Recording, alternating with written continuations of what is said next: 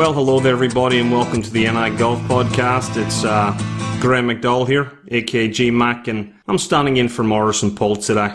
Well, just want to say how great it is to be home, and I was really excited to come down here and talk to you guys and, share a few golf secrets and, maybe make your life sweeter in some sort of way. It seems crazy to me to be able to contact you guys over the internet, and I have to say, outside of cardigans, the internet is probably one of my most favorite inventions.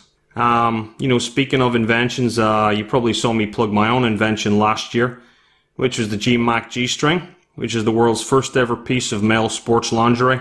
And I'm proud to say that it's now in all major golf stores worldwide, and we have them in pretty much every color and every fabric, including snakeskin, and in most sizes from large to triple XL, which is my size. But enough about me. I guess we got to talk about golf, right? And with that, I want to introduce my first guest. He's a fellow major winner, and we go live over the phone to Padraig Harrington, who's on tour right now. Padraig, how you getting on? Are you there? I am. Thanks for having us on the show, Graeme. I'm doing good. I'm not taking the game as seriously as I used to. There was a time I would have been out kind of measuring the grass, that sort of thing. But I'm just a lot more relaxed now. I'm taking it, step by step. But just enjoying my golf. Being able to go out there, have a laugh with whoever's on tour. And I think that it's working for me. I'm definitely, my game is evolving. I'm plugging away, and I think the W is going to come, sooner or later. But just while I have you on the phone there, I've been wearing that G-string for the last couple of weeks, and it's a little bit uncomfortable, if I'm being honest with you. I was out playing Thursday week ago, and I had to come in after 9 holes. The thing had it was halfway up my back. It was almost around my neck. That can't be right, is it? No, actually, Padraig, that's exactly the experience we're going for. I mean, it's a total game changer. And you know what they say, no pain, no gain. And, I think you really know you're wearing something when something is around your neck. So, but listen, one of the bonus features about the G-Mac G-String is that, if you turn it inside out, you can also use it as a handkerchief. A handkerchief? Okay. Well, I bought the snakeskin one, so it might be a bit rough on the nose, but I could go for the dove feather one instead and see how that goes. Listen, Graeme, my tea time's actually been moved up, so I'm not going to be able to hang around and chat, but I know you asked me to subtly segue to asking you about how your restaurant is going, but I just don't know how to do that. So, how is the restaurant going? Oh, gee, thanks, Padraig. It's a really great way to wrap up the show, actually. So my restaurant, Known the Blue, is doing really great at the moment. Listen, it's fun 7 days a week. But I want to give something back to you listeners. And, I've just got a special offer for you guys, okay? If you get down to Known the Blue and have a party of 8 or more people and have a 3-course breakfast, I'll throw in a free poached egg for every single person in that party. So there you go. This little gift from me to you. Graeme, isn't the restaurant in Florida? Small details, Padraig. Okay, guys. Listen, I'm going to wrap up the show here today. Thanks to my guest and thanks to you, the listeners. Until next time, bye.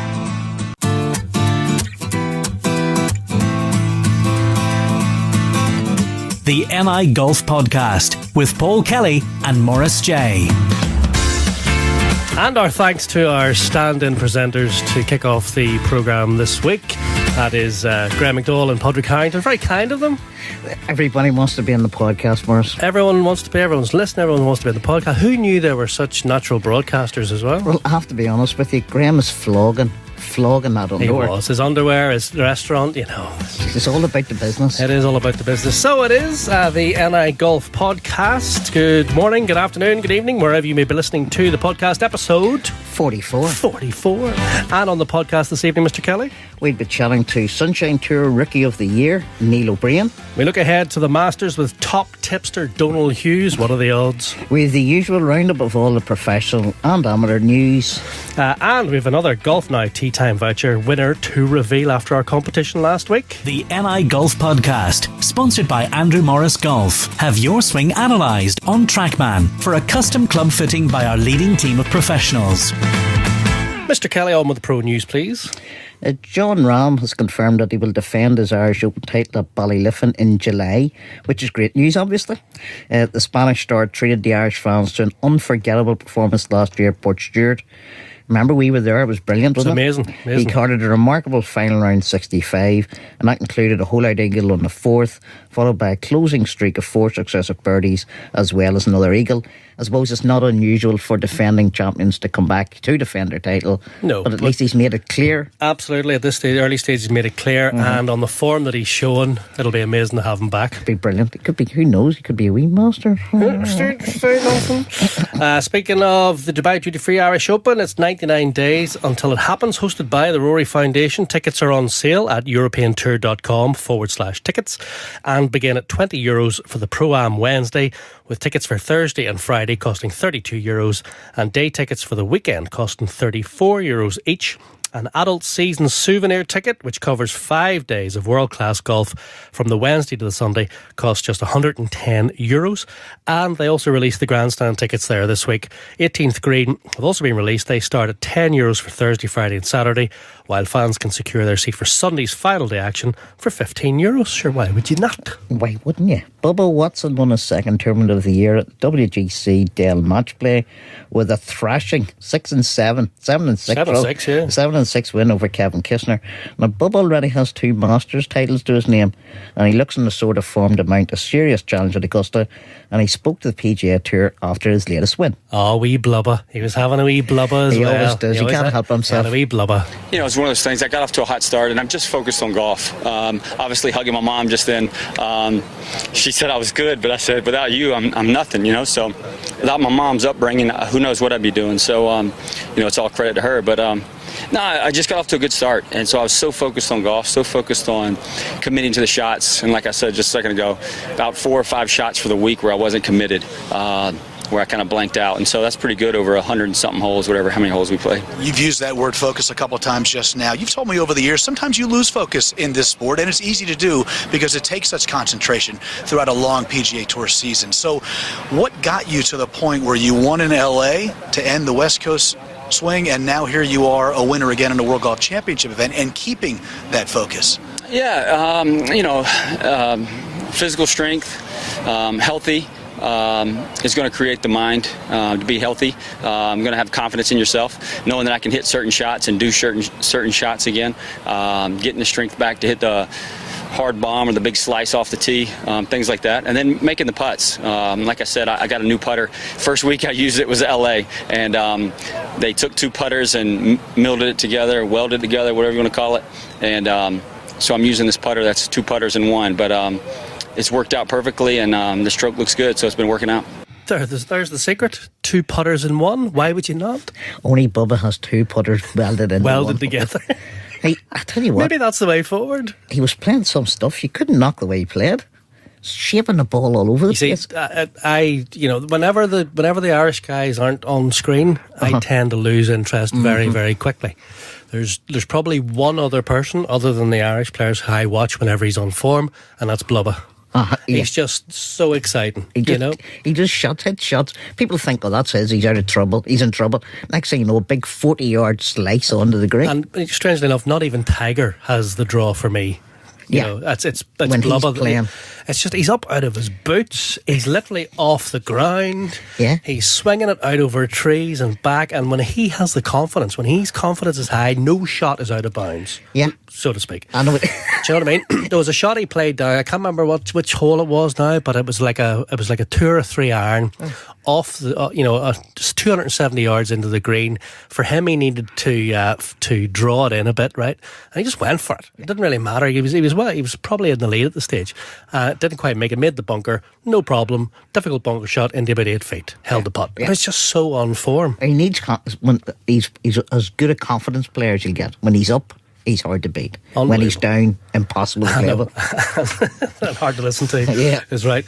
Rory McIlroy didn't make it out of the group stages at the match play and hinted that playing 6 of the last 7 events was possibly a bit too much. I mean, he was like, running out of gas. Running out of gas was right. Mm-hmm. But he heads to the Masters in the knowledge that his game is in good shape after that stunning win at Bay Hill. Wow. Can't believe we haven't done a podcast since then. It just happened to be the week after. Do you remember I made some strange comment about, would you have guessed that Tiger's comeback was further ahead than Rory's, and you called me all sorts of names? Well, you see. Shows you what I know. No more about a fifth supper. Just in case you missed it, here's what Rory said after closing with a brilliant 64 to win at Bay Hill. Been a while. What a day. It looked like it was going to be a bit of a shootout out there. I mean, it was a stacked leaderboard going into today. Honestly, I thought if I shot 67, I would have had a good chance. And that would have, obviously that would have been nearly good enough. But, I just went out with the mindset today of being patient. I was even par through 5 holes and 4 behind Hendrick at that point. I hit it into the bunker off the tee on 6. So I just really tried to stay patient out there, and after that I played a perfect round of golf. I give myself birdie chances on basically every hole. Just executed shots the way I wanted to when I needed to. 64 in those conditions out there with it being firm and fast. To get into the winner's circle again, it feels really good. So, really proud of myself, how I've hung in there over the past sort of year with injuries and, taking a little bit of time off at the end of last year to sort of get myself right coming into this year. And, all that hard work has finally paid off. I kept telling everyone, even when I was missing cuts and finishing 60th, it wasn't that far away. So just a couple little tweaks here and there, and it's nice to be in this position again. A couple of little tweaks, not least of all Brad Faxon clearing his mind a bit. Yeah, stand up and hit the putts and stop getting so mechanical about it. I'm going to be honest with you, I was worried that Rory's ability to do, that explosive 63, 64, 62 that he had been capable of. I was worried that he got to the stage where he couldn't do that again. It kind of shows you how much confidence-based Rory is, and when he... A bit like Bubba in many respects. Yeah, a bit like Bubba, yeah, because that's why he's such an exciting player, like Bubba. That's the whole point. So it was interesting to see that, he had a few words with Faxon. Mm-hmm. Seemingly what was said was, just get the ball in the hole, stop overthinking it. Exactly. Basically, that's what it seems to be. And we did talk about it on previous podcasts, I think even the last time as well, just to say, maybe Swash and Phil Kenyon's approach is a bit different in terms of it's very sort of mechanics based and statistics based and all that kind of stuff. And I've been to Swash putting, so I kind of know what way it goes. And maybe just needed freed up a wee bit, and maybe just stop focusing on how to do it. Just do it. You're a natural talent. Natural ability is huge. Just get it in the hole, and Rory kind of touched on that at the presser as well. Freed up my head more than my stroke. It was more, I was sort of felt like maybe overcomplicating things a bit and thinking a little bit too much about it, and maybe a little bogged down by technical or mechanical thoughts. So just being a little bit more, you look at so many different, you look at so many guys out here, there's so many different ways to get the ball in the hole. I mean, even going back to the likes of Billy Mayfair or someone that, very unorthodox, but still got it done. So, the objective is to get that ball in the hole, and that's it. And I think I lost sight of that a little bit. That sounds silly, I guess, but just reminding myself that it doesn't matter how you do it as long as that thing goes in, and that's sort of the mindset I had this week. And that thing went in to the tune of 2.5 strokes better than the field. Yeah, he didn't just put slightly better; he put it off the charts better. Well, his best putting performance ever. Well, it was some of the best statistics ever. And since they started doing strokes gained back in 2004, he set a record basically because he was best at strokes gained putting, proximity to the pin, driving distance, and I think the other one was driving accuracy. Okay. And it's the first time anyone's ever had all ones. Yeah. That's just off the charts. Literally off the charts. I wonder just how much the extra bit of work he did with Michael Bannon was involved in that as well. We see Because he Michael. came in a bit sharper, didn't he? His swing. He talked about a new swing thought he had, trying to feel like he was a bit shorter, a bit more connected. Well, it just shows you, Michael has worked with Rory since he was a pup, literally since he was no age. Nobody knows his swing better, and if something goes out, just even by we're talking a centimetre or whatever, something's different, Bannon will clearly spot it and go, okay, yeah, and then sort of boom, then he comes out, he gets a bit of free mind with the putting, and away he goes. Couldn't have come at a better time for him. Absolutely. However, I have to say that a revelation this morning hit the internet whenever the Nike posted the photograph of what clothes Rory will be wearing for the Masters. Oh, the big news, you mean? That, obviously the big news. And it has to be pointed out, going by what they posted, Rory could be a minger. No. Minger McIlroy. You're joking. From Hollywood? Wearing a pair of trousers twice. Looks like it. The same pair of trousers. The same pair of trousers could potentially be worn twice. 2 days in a row. Minger. #Minger. That's an absolute disgusting. Isn't it wild? But they got the colours wrong. Did you see the thing? Did you see the... I wouldn't be into scripting, Morris. Right. I know that's more your type of thing. Clearly. You like to look the good. The sartorial elegance of it, clearly. But, so you didn't see it, no? No. Well, they've got him wearing, potentially, because this could be just like the first draft. I don't know. I don't know how this works. But they've got him wearing pink and navy blue on Sunday. Right? It's not going to go well. It's not going to go well. On the Thursday or Friday, or maybe it's been about, they have lovely khaki pants, beige pants, as they call them, and like a light creamy coloured top, right? Now, that works perfectly for a green blazer. Yes, exactly. So can I suggest they swap it round? Get the beige and the cream for Sunday, because when he puts on the green blazer, bingo. He's going to look the part. He's going to look the part. If you have green and pink, it's going to clash. It's not going to be great. Funnily enough, I hadn't thought of that. See, you got to think of everything. I can't believe Nike haven't thought of that. It's all the mind. I'm still trying to get over the McIlroy as a minger. Minger McIlroy. Rock on. Anyway, the PGA Tour has moved on to the Houston Open for the final event before the Masters. Padraig Harrington and Shane Lowry are in the field alongside Seamus Power and Paul Dunne. Dunner's tied 5th with Seamus Power in the PGA's Corrales Punta Cana Resort and Club Championship at the Dominican Republic, which is on at the same time as the Dale match play. That was very good result for the boys, and timely as well. Just gives them a wee bit of impetus there, because Seamus missed a few cuts. He had missed 4 cuts in a row. Yeah, he's missed a load of cuts. Dunner's had made a quiet enough start to the season, but he wasn't even in the Houston field. Not top finish got him in there. He was speaking to Brian Keogh from Irish Golf Digest during the week, and he said really the Masters wasn't really on his agenda. But if he gets a win, he'll take it. Imagine if he was to win the Houston Open.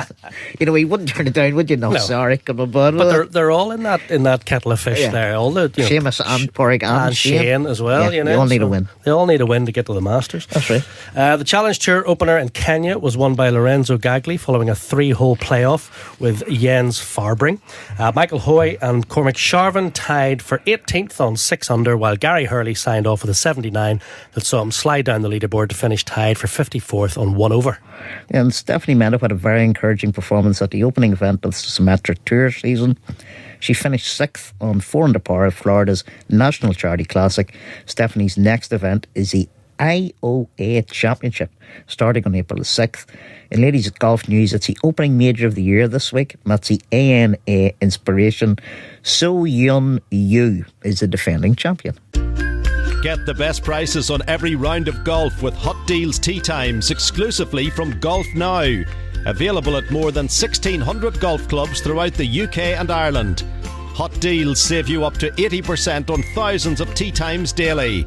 Find the flame and save every time you play with Hot Deals, only from Golf Now. If you're a regular listener, you will know that we have been keeping up to date with Neil O'Brien, who has been travelling the length and breadth of South Africa playing on the Sunshine Tour. Well, the good news is that Neil wrapped up his season by claiming the Bobby Locke Award as Rookie of the Year at the Tour Championship. And that was even after getting injured and being forced to withdraw after round 1. Superman! He finished 43rd on the order of merit, securing a full card for next season and earning starts in 4 European Tour co-sanctioned events. And he's on the phone from somewhere around the world this evening. Good evening, Neil. How are you? How's it going, lads? You alright? We're 100%, Neil. Great to hear from you. Obviously, when you say around the world, you're back in Dublin at this stage. Oh, well, it's just down the road then. That's all right. Yeah, no, I'm happy. I'm back home now, so it's great to get back for a couple of weeks. I was away for about 7 or 8 between being away in California and then going back down to South Africa for the remainder of the Sunshine Tour. So delighted to be back home for a couple of weeks and rest up, hopefully take care of this injury, and then we'll be back on the road again now in 2 or 3 weeks' time. Yeah, we're just going to say resting up and looking after the injury. How is the injury? It's getting better. Obviously doing a lot of physio work and stretching and stuff like that, but unfortunately it was a bit of a killer down there. Now, you can always look and say that at least it didn't happen at the time when I was playing, or when I was in contention and playing nicely at a few of the events, but at the same time it is a bit of a killer. But thank God now it is getting better, and I'm hopeful enough to get back for the start of the season. But we'll just have to wait and see. I haven't hit a ball since I've been home, which is grand. It'll keep herself happy. But yeah, I'm itching to get out. And as the physio just said, rest is basically the best cure. Yeah, rest and stretching. So it's basically in my lower right hand side towards my hip and back. And but thank goodness now it's not a back injury. It's just my lower right hand side has been compensating for weakness and tightness in my front kind of right groin and my left glute, and so that's basically it. And I went into straight spasm, so it was crushing, really, to be honest, standing on the range just before the first round. Here, Neil, is that just old age, really, or? It's yeah, you know what? Since I've been home now, lads, I've been to the doctor twice. I need to get MRIs, mammograms. I've been to the dentist, and it's even worse there. I just don't know. My body's falling apart. So tell me about it. It really does feel like old age. It really does feel like old age now. Oh, and when you reflect on the season, Neil, how do you what do you make of it? You know, to win the Rookie of the Year title is a brilliant thing, but sort of when you just talk about how you played and what you make of your performances. Yeah, I played. You know what? Because I had the same injury last year, and it kind of impacted me a good bit. I was taking. It happened last year down in Lusaka, and I had to take a number of weeks off before Wentworth, and obviously going in there, I completely underprepared just from the injury, and then over the course of the season, I had to take a few breaks just as precaution for this injury, but. When I got into a run of starts, be it on the Challenge Tour or the Sunshine Tour, I played nice golf. So I'm very happy, obviously, to win the Rookie of the Year. It is a great achievement. You don't get to play for a lot of awards. You play for trophies every week, but you don't get to play for a lot of awards. So it's always nice being rewarded for good play over the course of the season. Yeah. And how many miles did you have to cover then with in the car when you were? Oh my God! First class flights for this man. Oh, it was unbelievable. Now I'll never complain about going to the Cork Pro-Am or Ballylifton or whatever it is now. It just seems like a short skip now. But comfortably, I know it was 1,200 miles or 1,200 k's to Fancourt from the Eye of Africa, which was the PGA Championship, and obviously. I finished the final round of the PGA Championship at about 3:00. We'd rain delays and thunder delays, so finished there, and then I obviously had the qualifier on the Tuesday morning on the Montague. So drove from the Sunday evening down. That was 1,200 k, and then driving from there to Cape Town was a doddle. It was only about 5 hours, but then back up. Was 16. I think 16, it was. I can't remember how many k. I can't remember how many k's it was going back up, but it was comfortably 4 hours longer. Was this in the same? Was this in the same car?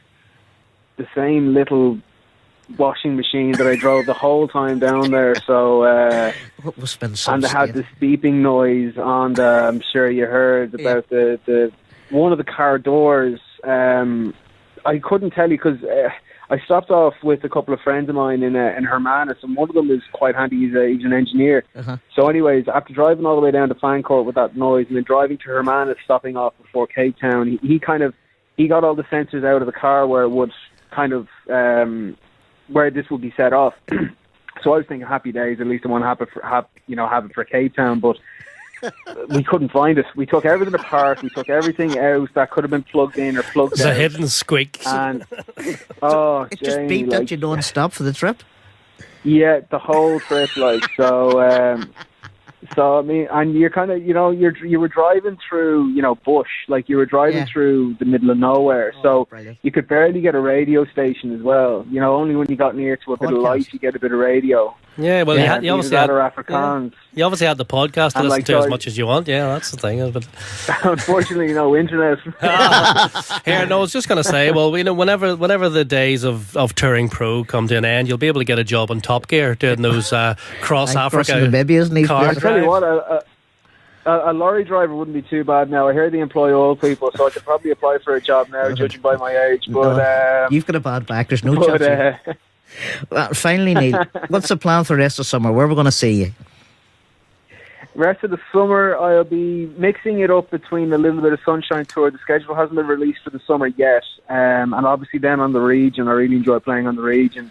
Doing a few lessons as well. Love doing that. Being out with Donal as well, out in O'Connor. I'm playing a little bit of Challenge Tour, so I'll get a few starts. Obviously, it's great being on board with Team Ireland. We all get a number of starts through the Team Ireland scheme.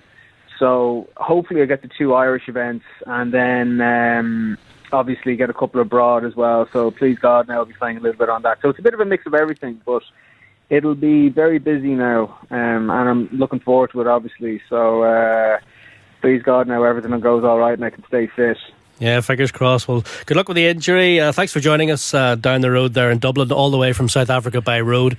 And we'll talk to you again very soon. That's brilliant. Thanks again, lads. Cheers, man. All the best. All the best. Cheers. Bye-bye. Cheers. One of the premier Challenge Tour events of the year, the NI Open, hosted by Modest Golf, returns to Galgorm Castle from the 16th to the 19th of August. Register now for your free tickets at niopen.golf. Right, quiz winner time. Quiz time. It's a quiz time. In our last podcast, we asked a very simple question. Who was the last person to win back-to-back West of Ireland Championship titles? Did we give enough clues? Kind of, might just have given it away a bit. The answer was Maurice J. Who was it? Rory McIlroy. It wasn't Maurice J. It was Rory McIlroy. Who won it twice in 2005 and 2006. And the winner is Alan. Alan at I Take Pictures. Well done, Alan. Alan follows us regularly on the podcast. So I Take Pictures. Well done to you. Yep, You've got yourself a voucher for Golf Now Tea Times. We'll get in touch. Now, qualifying for the West of Ireland Championship got underway today. That's Wednesday at County Sligo GC. The tournament proper, which will have a couple of rounds of qualifying and then match play, that begins on March the 30th. So good luck to everybody. Good luck to Barry Anderson, who came on last time, defending champion. And before we finish this little segment, yes, do you remember our last winner, the GP from Downpatrick? I do. It was BP, the GP from DK. Yeah, DP. DP. So I was and thinking you were convinced that he was the Downpatrick GP doctor, and his name was Brian somebody. No, he's a lorry driver from Bangor. Close enough. Close enough for jazz. At clubstohire.com, you can take all the hassle out of your golf travel and rent your clubs before you fly. Clubs to Hire offer the very latest sets from just £32 per week, including the brand new M4 clubs from TaylorMade. And Clubs to Hire have just opened 3 new locations in Australia. That's 26 locations worldwide. So wherever you're travelling to play golf, choose the easy option and hire your clubs at clubstohire.com. Amateur news, please, Mr. Kelly. Okay, we're sort of just getting the season wound up here a bit, Morris, now, once the better weather started. So Rathmore Grammar School, featuring Ciara Brennan and Olivia McDriscoll, grabbed the Ulster Schools Girls Championship Senior Cup title at Eden Moor Golf Club. The Junior Cup crown was collected by the Sullivan Upper trio of Serena Stout, Hannah Boyd and Zoe Miller. My alma mater. Go girls. Sullivan Upper? Go girls. Very good. Wallace Hayes, Catherine Murphy finished the day with a senior individual gross title, and Rathmore and Sullivan Upper will represent Ulster in the All-Ireland finals at Milltown Golf Club on Monday the 23rd of April. Bangor Grammar edged out Coleraine Grammar to win the Ulster section of the Irish Junior Schools Championship at Kirkeston. The Bangor trio of Jude Devlin, Max Carson and Lewis Gowdy will represent Ulster in the All-Ireland final. Meanwhile, the Ulster section of the Irish Senior Schools Championship has been won by Inst at the Hilton Temple Patrick. The Inst team of Josh Robinson, David Carey and Ben Connolly, Mark O'Dean and Luke Kelly beat their Wallace opponents 3.5 to 1.5. Robin Dawson, Alex Gleeson, Ciaran Rafferty and Jonathan Yates have been selected by the GUI for the European Nations Cup as Sota Grande from April the 18th to the 21st. Ireland were runners-up last year, while Dawson was second in the individual event. Mark Power, Tierna McLaren and Ronan Mallarney will join Dawson, Gleeson and Rafferty for the Lytham Trophy at Royal Lytham in St Anne's from May the 4th to the 6th. And the GUI boys squad to play in the Peter McAvoy Trophy 11th to 12th of April at the Copt Heath is John Brady, Charlie Denver, Alan Hill, David Kitt, Aaron Marshall and Luke O'Neill. The Irish boys beat France 11-9. Let's hope that's a little sort of precursor for the Europeans beating the Americans at Terre Blanche, but lost the Cardigan Cup in Wales 12.5 to 7.5. There's a three-way tie at the top of the Bridgestone Boys International Order of Merit following those opening matches. Sleeve Russell's Oren Maguire, Mallow's Edward Walsh and Connemara's Luke O'Neill lead the way with 25 points each. And today was the first day of the Europro Q School? Yes, indeed. A lot of the boys are out there trying to make that transition from amateur to pro. We scribbled down a few of the scores after day one. J.R. Galbraith tied 8th currently. He played the Hags Castle course. Colin Fairweather tied 14th on 1 over. And on the Formby course, Stuart Graham is out in front. He's tied first place. Jack Hume is 6th, Kevin Phelan 23rd, and Chris Selfridge tied 43 currently after day one of Q School. But it's a long way to go. Yeah, good luck to all the guys. Andrew Morris Golf now offers 12 months interest-free credit on everything bought online and in store. New golf clubs or that electric trolley you've been dreaming of for as little as £30 per month. Drive the extra mile to drive away happy. Check out andrewmorrisgolf.com for full terms and conditions. Andrew Morris Golf on the web and at Laganview Golf Centre, Lambeg. Now, the Houston Open is on this week, but like most people, we're already looking ahead to next week's opening major of the year, the Masters. Is that next week? You'd be goodness, it not come around quick. This year's Masters field will be the smallest in 21 years. That's just 87 players are going to be competing. So surely it's Rory's turn. And if you fancy wee flutter, we've got some expert advice on the line now in the shape of Donal Hughes. Donal provides weekly tips on his website, golfcentraldaily.com, and also he writes for the Irish Golfer magazine, providing tips for them. So, Donal. Evening, Donal. How are you doing? Are you well? Good. Very good, very good. Just in from taxiing kids left, right and centre. Oh, we're great up here. Thanks very much. So, we're obviously on for some expert advice and to make a whole load of cash this week. So you're the man for us. Well, I'll tell you one thing. If you're looking to make loads of cash, the Masters is not the tournament to do it. Because if there's one thing you need around Augusta, it's experience. You do get guys like Danny Willis from time to time, 80-1s, but when it comes down to it, experience is key at Augusta. And generally when I look at an event, and I look at guys who can do well. Guys who pop up at 60-1 and 80-1 that you think might come into a place, but very difficult at Augusta because the bookies are just so scared and the odds are so tight. Well, they do say it's the easiest to win, but is it the easiest to pick a winner at? Well, no, certainly not, because so much can happen. But that's why I always tip each way. Anyone who follows my tipping post, I try to give a spread of maybe 5 guys from tight odds to kind of long odds, but I never really go below 10-1. Rory McIlroy's at 9-1 now to win the Masters, and you'd really want to be a brave man to put money on Rory beforehand. I'm always looking at guys around the 14-1, 16-1, 20-1 mark, so that if they come in the top 4 or 5, you'll get a quarter of the odds, and you really do have a much better chance statistically of making money that way. Okay. Just thinking about last time, Donal, what were the odds on Willett whenever on going into the last day? Willett was 80-1 when he won the Masters beforehand. I mean, if anyone picked him, they were just, absolutely genius. I certainly didn't see it, but the way he held his nerve was just amazing to me. And that does happen from time to time. But I think this year, more than any, you have a glut of really top guys all coming into great form.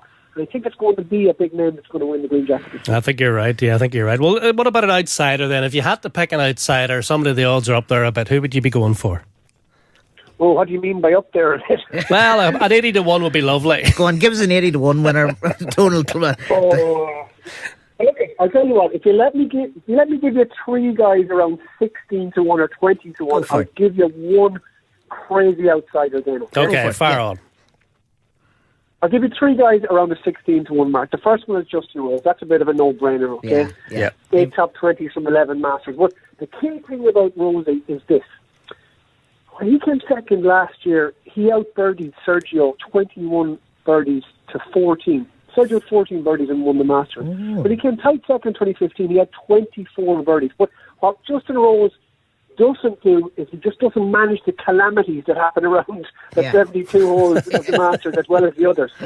Now, if he handles the bad holes well this year and still plays his game, I think he should be thereabouts. Okay, 16 to 1 for JR. Lads, is Bubba Watson. Okay, nobody thinks Bubba Watson is going to do anything. See, we were talking about Bubba earlier on. We were saying when he's on form, he's so exciting. There's a chance he just goes for everything. Well, when I tell you, he's won it twice, okay? But other than that, his Masters record is crap, okay? But he comes in this year, lads, an absolutely different man. And I'll tell you something, the Genesis Open, it's uncanny. Whoever does well at the Genesis Open every year does well at the Masters. I mean, if you look, it goes back years and years. Bubba won there. He went to Mexico, drove at 350 yards on average. He went to Mexico, or he went to Austin, Rich Beam's Austin Country Club last week. He had it left and right. Everything is in place. His timeline, his form line is exactly the same as when he won his two green jackets. Brilliant. He's daft as a brush, but anything could happen, including winning another green jacket. Any man who owns the actual original General Lee from the Dukes of Hazzard is all right by me. What were the odds on Blubber then? What was he going for? 16 to 1 as well. 16 to 1 as well, okay. Odds checker, lad, you get a big spread of odds, but in general he's around 16 to 1. I'll give you one last guy at these kind of low odds. Yeah. Phil Mickelson, 20 to 1. Okay? Oh, that's a good price. Now, I'm going to give you a little quiz, right? I'm going to give you 5 numbers. Yep. See how good your golf knowledge is, okay? Tell me what these numbers are in relation to Phil Mickelson. Are you ready? Yep. 110, 110, 111, 108, 109. What do those numbers represent? First 2 days at the Masters.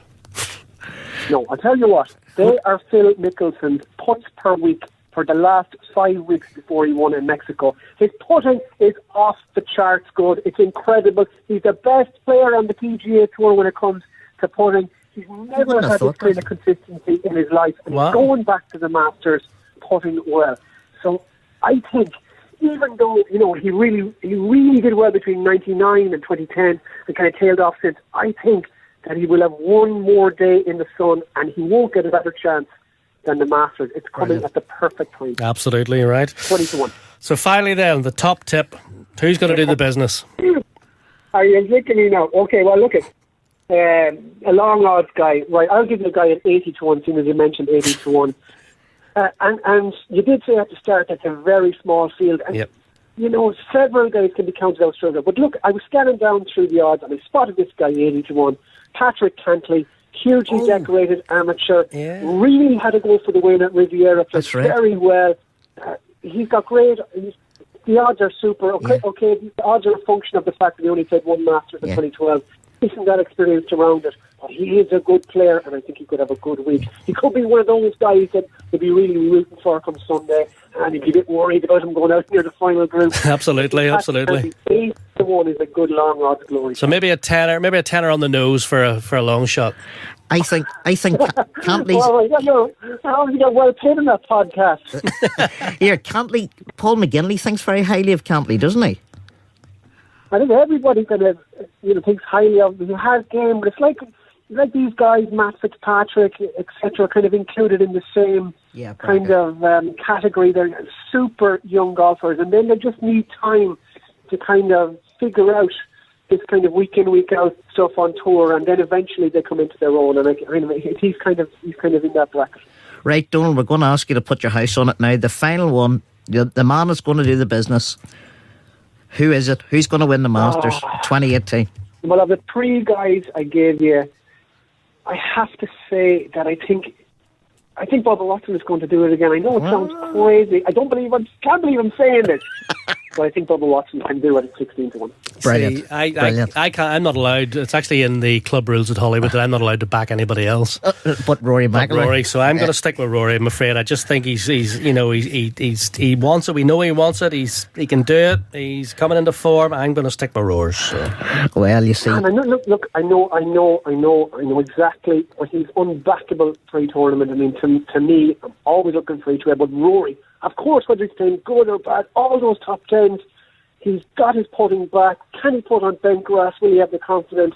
If he can, he has the game. You're absolutely right. He could well in the green jacket. Donal, thank you so much for your time. Thank you for your insight. Unbelievable. And good luck with whatever bets you're doing at the Masters you're not telling us about.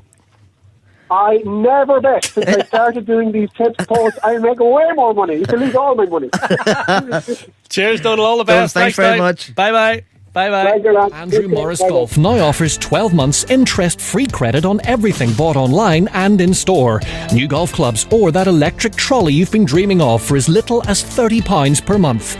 Drive the extra mile to drive away happy. Check out andrewmorrisgolf.com for full terms and conditions. Andrew Morris Golf on the web and at Laganview Golf Centre, Lambeg.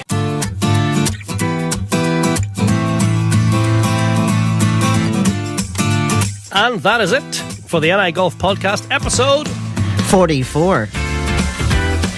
What were you going to say? Did you notice that nobody mentioned Tiger Woods there for the Masters? Who? Exactly. So thank you for listening. We'll be back in a couple of weeks' time. Here, I forgot actually. A couple of things were on the agenda that we forgot to mention. We forgot to mention closest to the pin and best back nine at Ardglass in the recent Ulster Press Golf Society outing. Who would have won that? Who would have that have been now in a Force 4 gale? It was windy, wasn't it? It was very windy. Down the 10th at Ardglass, 6 feet. That's a good shot. Into that wind. It's not a bad 4 hour. Did you hit the driver? No, it was a 4 hour. By the way, what do you make of the new bunkers at Ardglass? Lovely. Now, luckily, it wasn't in any. Because they're out of play. Because they're out of play, exactly. But they look lovely. And you can see... That's going to be some test, every hole now from... you can see the water from every hole. That's it. And that driving range is stunning looking up Looks there. great. Looks it's fantastic. Really brilliant. Fair play, though. And the other thing was that Hollywood, speaking of Hollywood, as we were a minute ago, Hollywood officially started the work on their new big build. It's going to take, I would say, probably the guts of a year anyway. Yeah. But this is the Rory Foundation and the Rory McIlroy backed gym and golf academy and all the changes at Hollywood. So the machines rolled in just yesterday. So they're starting there. It's going to be exciting times there as well. Very good. So anything else then? We're off to the K Club. Are you going to the K Club? No, unfortunately I'm not going to the K Club. I'm sticking closer to home. Armagh. Stuck in Armagh. So we're heading down to the K Club on Masters Sunday. We'll be there for the final day. It's going to be... By the way, I think Justin Rose is going to win it. Do you? I do. Are you going to put your money where your mouth is? I may put some money on Justin Rose. I really do. I think his performance last year was superb. And you know what? I just like the way he goes about his business. So it's funny that Donal didn't mention Sergio as well. Interesting. Do you know, maybe going back, being a defending champion, there's an awful lot of pressure on you the second time round. I know, but little Azalea is now there and he'd want to do it for little Azalea. You know what I mean? Don't underestimate the power of fatherhood. Exactly. All right. So is that us? Are we all wrapped? That's it. I suppose the only thing to say is the clocks have gone forward. Get yourself out and start playing some golf. The clubs have been in the cupboard for too long. They're rusting. We'll see you next time, everybody. Thanks for listening. Seawood, shaking that ass, shaking that ass, shaking that ass. Seawood, shaking that ass. Shaking that ass.